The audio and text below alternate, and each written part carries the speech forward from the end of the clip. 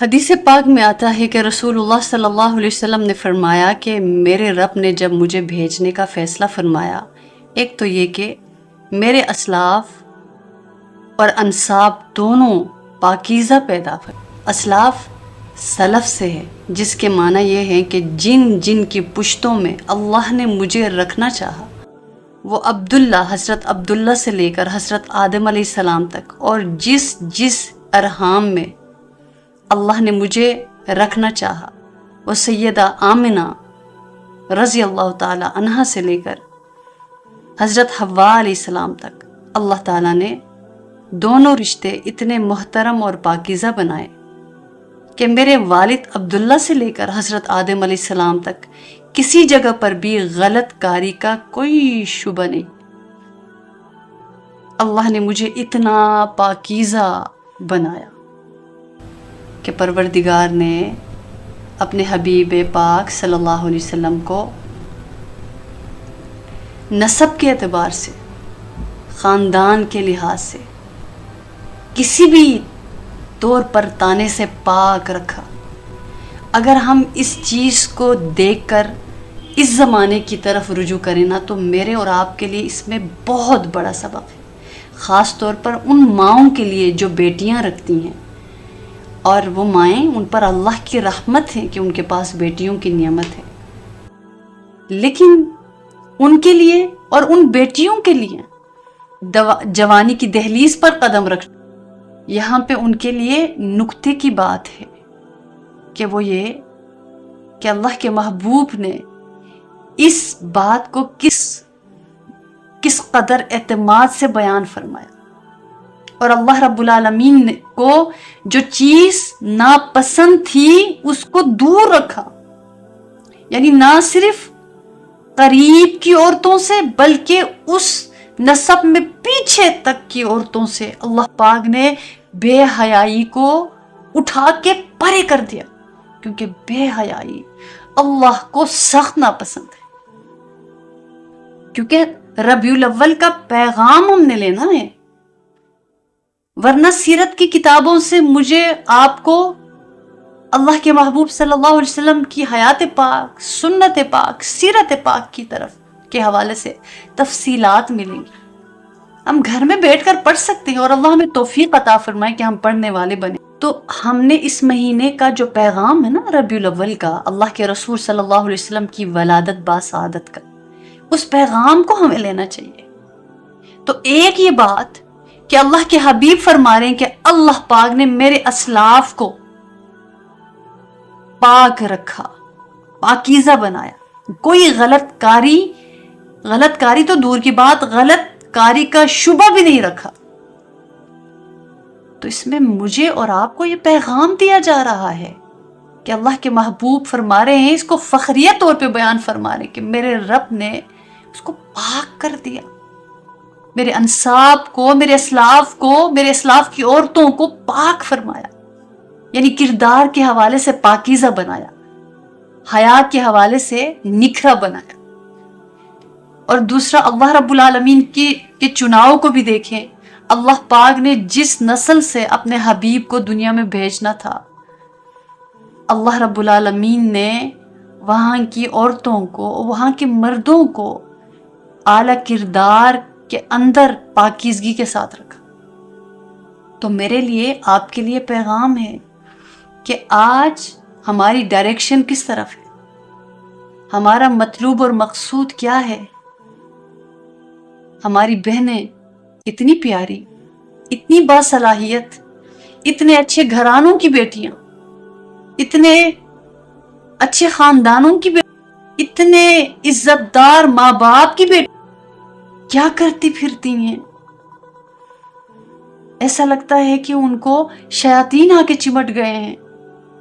جو ان کی جان نہیں چھوڑ، وہ صرف وائرل ہونے کے لیے اس بات کی بھی پرواہ نہیں کرتی کہ ہمیں کیا بات کرنی چاہیے، کیا نہیں کرنی چاہیے۔ ان کو نہیں پتا کہ ہم عزت ہیں، ہم قوم کی بھی عزت ہیں، ہم اسلام کی بھی عزت ہیں، ہم خاندان کی بھی عزت ہے، اور جس سے ہماری شادی ہوگی ان کی بھی عزت ہے، اگر ہمارے بچے ہوئے ان کی بھی ہم عزت ہے، اپنے ماں باپ کی بھی عزت ہے، بہن بھائیوں کی بھی عزت ہے۔ اتنا بھاری بوجھ ایک عورت، ایک لڑکی اپنے سر، اپنے کندھے پہ لے کے پھرتی ہے، لیکن وہ یہ سب کچھ کرتے ہوئے بھول جاتی ہے کہ میں نے کیا کیا اور میں کیا کرنے جا رہی ہوں۔ لیکن گناہ ایسی چیز ہے، کرتے ہوئے بہت کشش ہوتی ہے اس میں، جب ہو جائے اتنے ریگریٹس ہوتے ہیں، اتنے اس کے پر پچھتاوے لگتے ہیں کہ وہ کہیں نہ کہیں نہیں، بار بار زندگی میں آ کے وہ گناہ رلاتا ہے۔ توبہ طائب ہونے کے بعد بھی افسوس ہوتا ہے کہ ہائے یہ نہ کرتے تو کتنا اچھا ہوتا۔ اس تناظر میں اگر ہم دیکھیں، ہماری بیٹیاں، ان کی چادریں سروں سے اتر گئی ہیں۔ ہائے ہائے، فاطمہ بھی تو ایک بیٹی ہی تھی نا۔ ہماری مائیں بیٹیوں کی تربیت کرنا چھوڑ چکی ہیں، اللہ ماشاء اللہ ایسی بھی مائیں ہیں، ایسی بات نہیں ہے، لیکن بعض مائیں چھوڑ چکی ہیں بیٹیوں کی تربیت۔ بیٹیاں چھوڑ چکی ہیں اس بات کو سوچنا کہ میں اس دنیا میں آئی کس لیے ہوں۔ وہ کسی گناہ کی زد میں آ کے، شیطان کے بہکاوے میں آ کے، کسی انسان کے ورغلانے پہ آ کے اپنی عزت کا سودا کرتی ہے، یا چند دنیا کی آسانیوں کے لیے اپنی عزت کا سودا کرتی ہے، اور وہ کوشش کرتی ہے کہ کس طرح ساری دنیا مجھے دیکھے اور سب میرا ذکر کریں۔ تو اللہ کے محبوب نے کیا فرمایا، اور اللہ رب العالمین نے جب اپنے محبوب دنیا میں بھیجنے کا ارادہ فرما رہے تھے تو انہوں نے کس طرح سے پاکیزہ بنائے، ان کی عورتیں با کردار، بد کرداری کا شائبہ تک نہیں،